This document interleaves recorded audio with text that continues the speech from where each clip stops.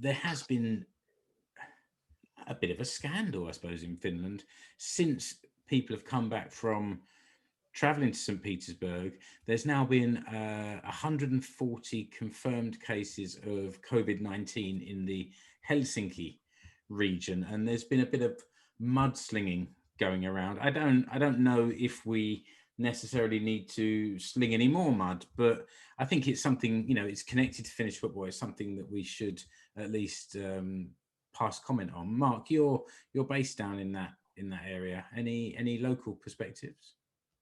Only that it was 130. 130 is not like crazy abnormal. So new cases it's been decreasing obviously for the last couple of months, and the average recently has been like sort of 50, 60 or so new cases, and so it's about triple of what we usually go through.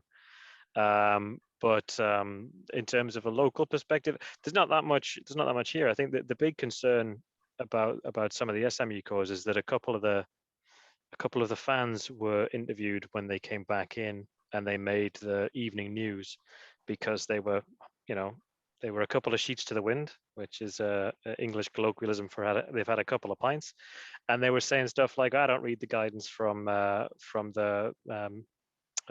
doctors or from hospitals. I'm just gonna come back, and then I'm gonna go up to Levy, and I'm gonna have myself a big old party.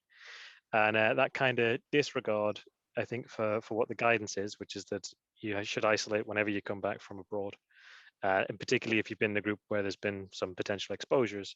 It's not a good look. It raised a bit of concern both on the telly, on the media, on the visual media, and also in the papers. KK. Well, yeah, I mean, this has made me a little bit angry, really. I mean, obviously we're four Brits, four English fellas, so we're all too familiar with the tabloid media digging out football fans and for their own agenda and their own headlines. But we all are sensible enough to know that in any walk of life, in any group in society, you're going to have one or two wallies. Yeah, it doesn't matter who you are, and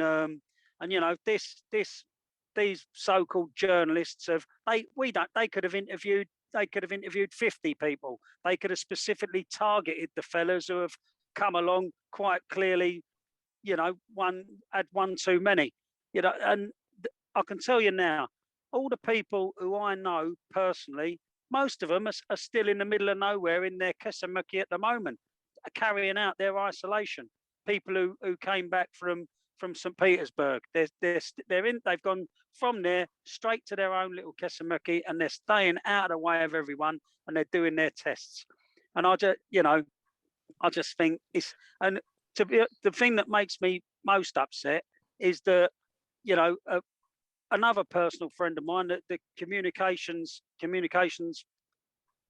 officer for SMJK, he's had these hacks phoning him up and basically asking him how he feels for being responsible for the potential deaths of thousands of Finns because coronavirus has come back to the country on his bus, and for people to be ringing a geezer up and just saying that sort of rubbish to him down the phone is just, I just think that's beyond journalism, really. That's just something else. So, I mean, we all know for a fact, and I've spoken to Jussi Hartikainen again today, like just on the WhatsApp. We all know for a fact that the SMJK did everything they could.